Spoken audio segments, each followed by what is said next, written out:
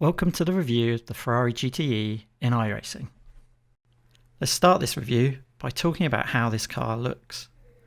Personally, I'm a massive fan of the looks of this car. I think it looks really cool from all sorts of angles, and ultimately it's a Ferrari, so it's got the pedigree of the brand as well.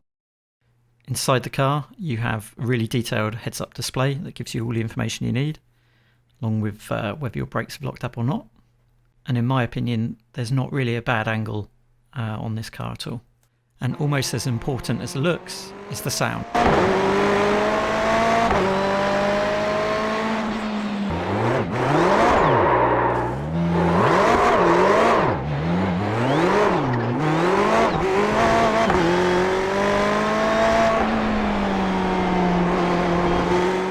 So my initial impressions of the car are good, but let's go into our first proper test, acceleration.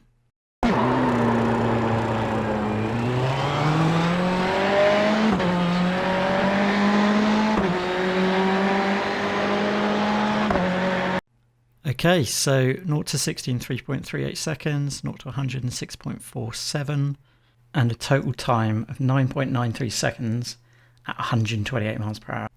Since the only car we've reviewed so far is the Ferrari GTE, that naturally puts it at the top of the leaderboard. So it'll be interesting as we review more cars to see how that compares. So now I think let's have a look at top speed.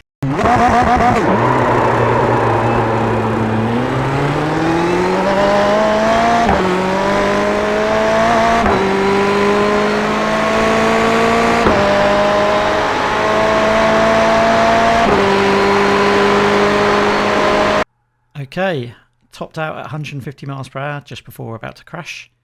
Once again, we've only reviewed one car, so obviously the Ferrari GTE is at the top, but this will be more interesting when we review the others.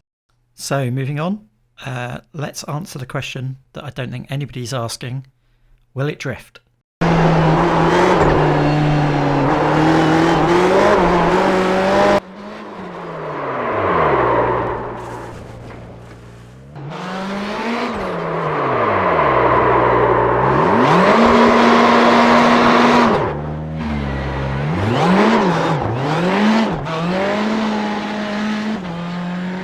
Okay, so let's talk about its real handling.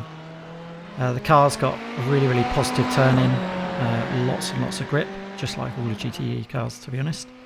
It tends to be slightly unstable on the brakes. As you can see here, it sort of twitches a bit, but obviously you can change that in your setup and get that bit better. It also has a tendency to lock the front wheel slightly.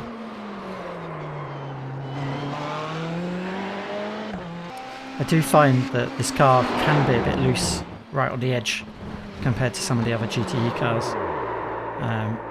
Obviously you can sort of counter that by changing the setup or just not pushing just quite as hard.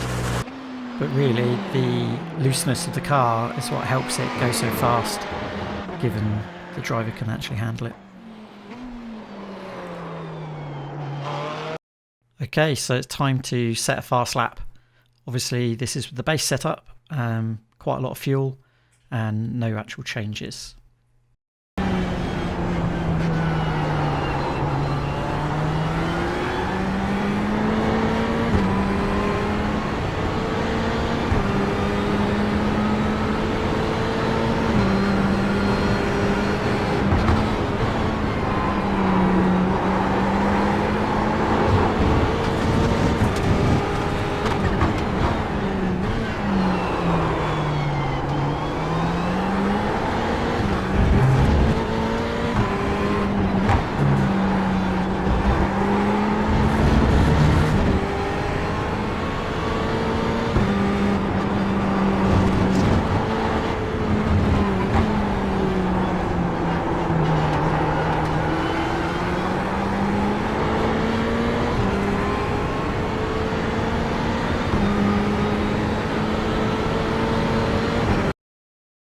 So that lap time was 42.88 seconds.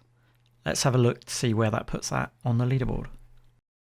What a surprise, the Ferrari GTE is obviously number one. So let's answer another question that I don't think anybody's asking.